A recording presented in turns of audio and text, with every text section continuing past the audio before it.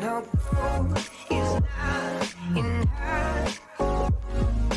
tout le monde, bienvenue à mon channel Gab FindTech. Aujourd'hui, je vous présente mes transactions que j'ai faites dans les derniers jours. En fait, j'en ai profité pour me débarrasser de mes actions de Chine, en fait. Donc c'est ça, dans les derniers jours, je me suis débarrassé de la moitié de mes Tencent, 13 actions. Pas la moitié, mais une petite partie de mon NIO. C'est le titre que j'ai conservé le plus de Chine. JD.com, la moitié aussi.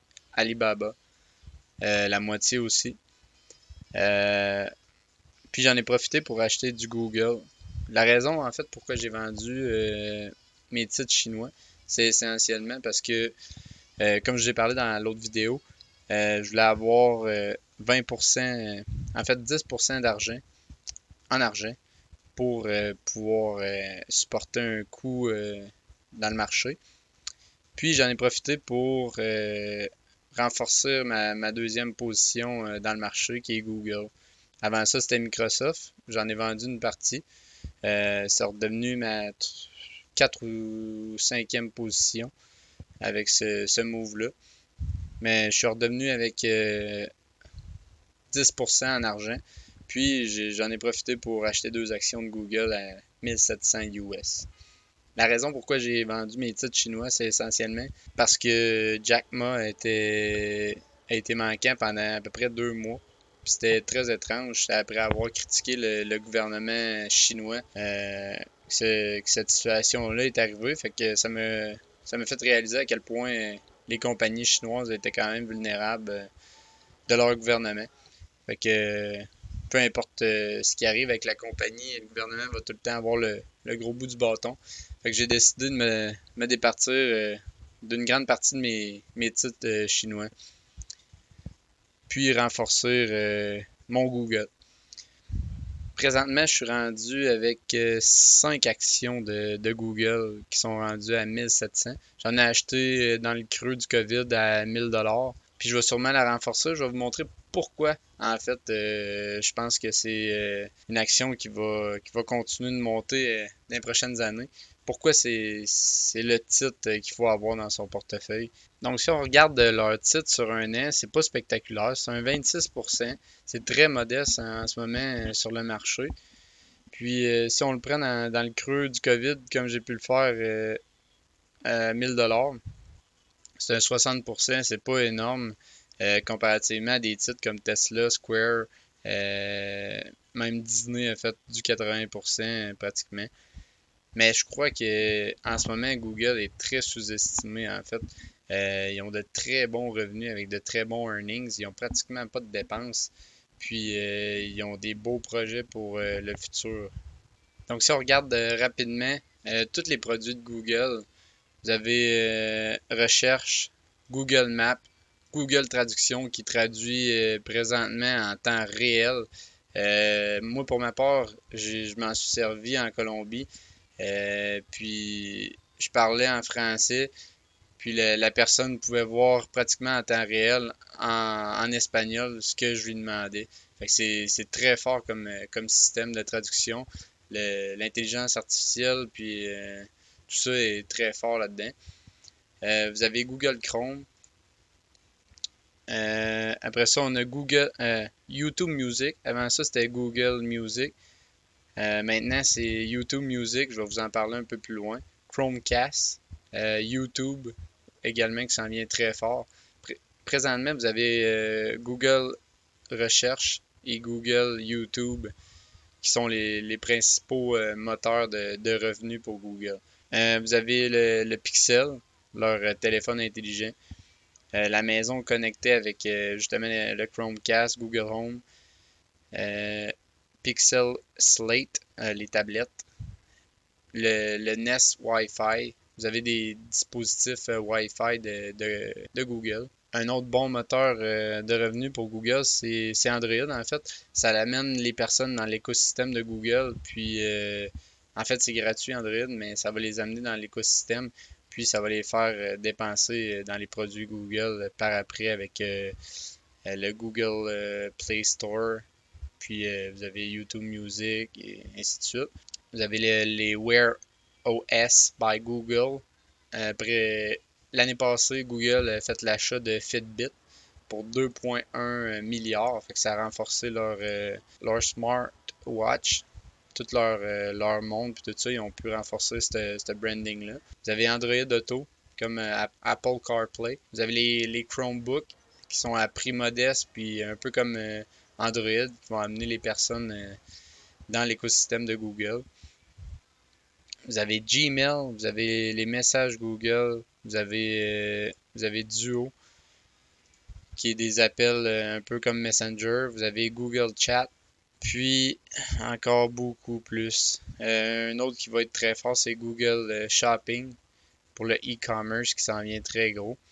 On va regarder ça ensemble. En fait, pourquoi je suis très positif pour Google dans les prochaines années. Puis même présentement, le titre est quand même sous-évalué par rapport à leurs earnings, leur bénéfice net en fait. Donc si on regarde ça, là, Google, c'est vraiment une machine à faire de l'argent. Là. Ils ont fait 46 milliards juste en un trimestre. Puis en tout, en 2019, ils ont fait 161 milliards en revenus, puis 34 milliards en bénéfices. Juste dans ce trimestre-là, le troisième trimestre de 2020, ils ont fait 11 milliards en bénéfices nets. C'est énorme. Ça, tout cet argent-là, ils peuvent s'en servir pour présentement, ils ne donnent pas de dividendes, mais ils s'en servent pour réinvestir dans la compagnie présentement. Ce que je préconiserais moi aussi pour la compagnie, pour la croissance. Si on regarde leurs principaux revenus, c'est avec Google Search, la Google Recherche, leur moteur de recherche en fait. Mais ce qui va venir leur rapporter de plus en plus de revenus dans les prochaines années, c'est YouTube. Puis, vous avez le cloud ici. Ces deux affaires-là vont leur apporter beaucoup d'argent. Puis, il va y avoir le quantum computing que je vais vous parler plus tard. Il va y avoir l'intelligence artificielle. Mais tout ça, tout ça regroupe l'intelligence artificielle, puis les données.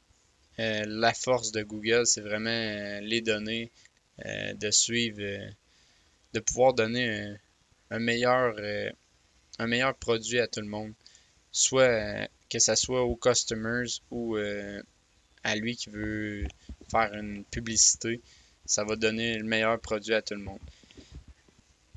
En ayant des données, ils peuvent donner des meilleurs pubs, puis amener les clients à faire des meilleurs choix avec des meilleurs pubs qui les représentent mieux eux-mêmes. Puis c'est bénéfique pour les petites, moyennes entreprises qui peuvent publier sur leur site de recherche de YouTube Ads. Si on regarde ça, là, il y a plus de 30 millions de paid subscribers. Ça, c'est 30 millions de personnes qui payent pour leur abonnement YouTube en ce moment.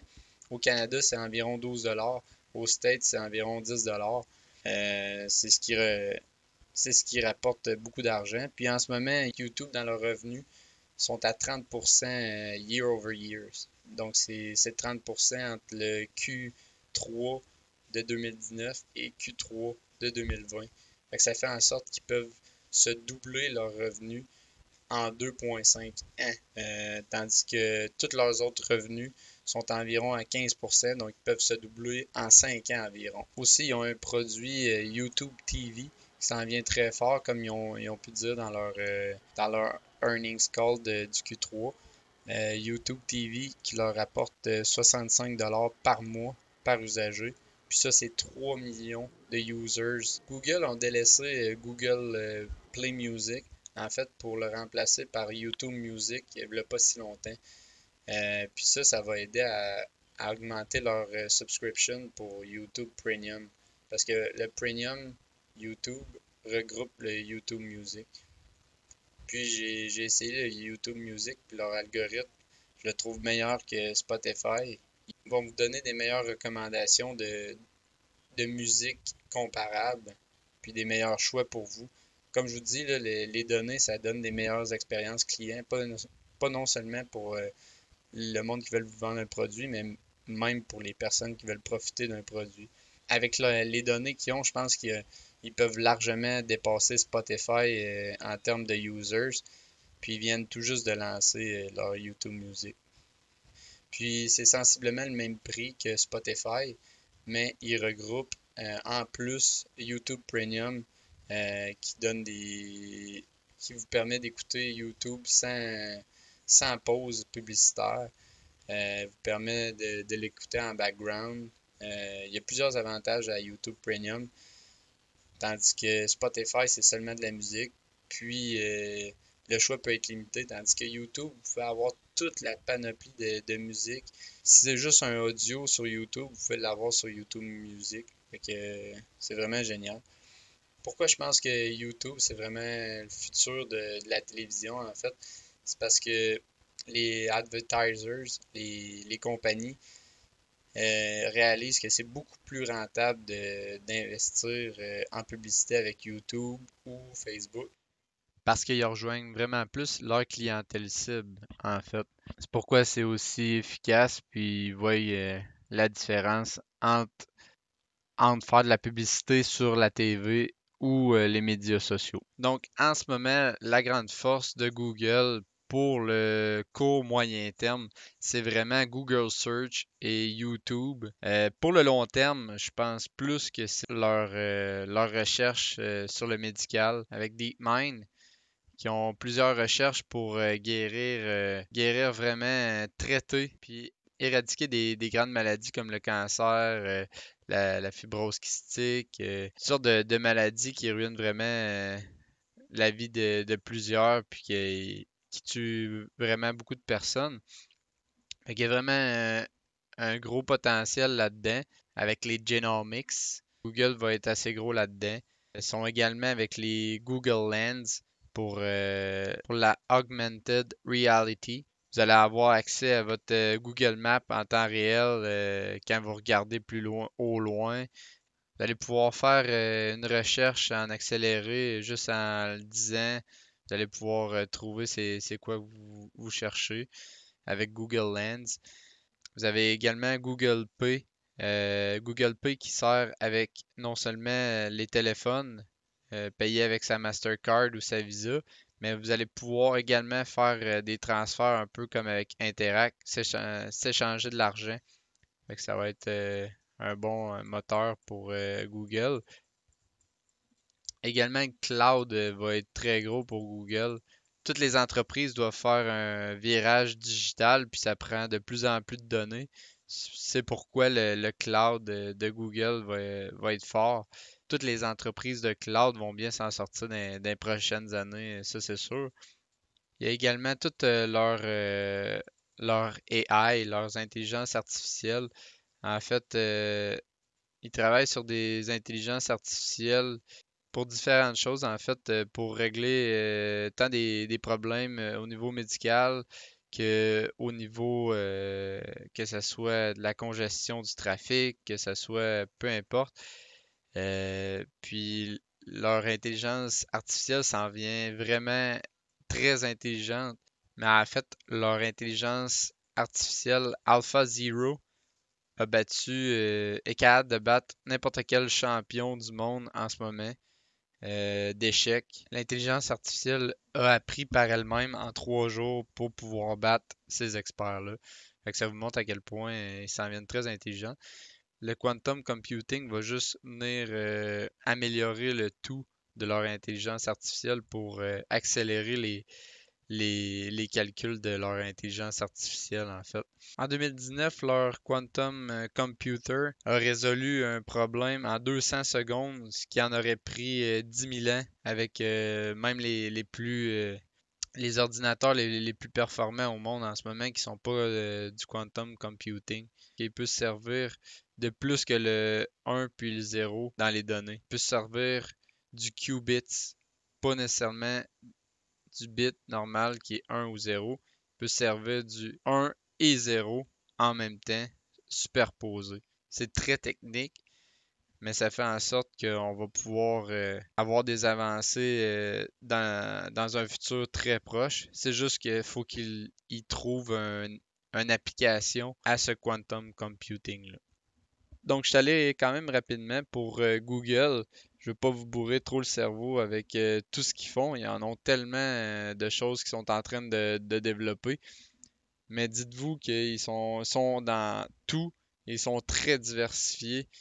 Puis présentement, ils ont 130 milliards en cash et cash equivalents, ce qui fait en sorte qu'ils peuvent acquérir un peu n'importe quelle compagnie pour encore plus développer la leur. Donc, c'est pourquoi j'ai fait l'achat de plus d'actions de Google. Je suis vraiment confiant pour Google dans l'avenir. Dites-moi ce que vous en pensez en commentaire de Google. Et laissez-moi un like et subscribe pour plus de vidéos de Gab FineTech. Merci d'avoir écouté. Au revoir.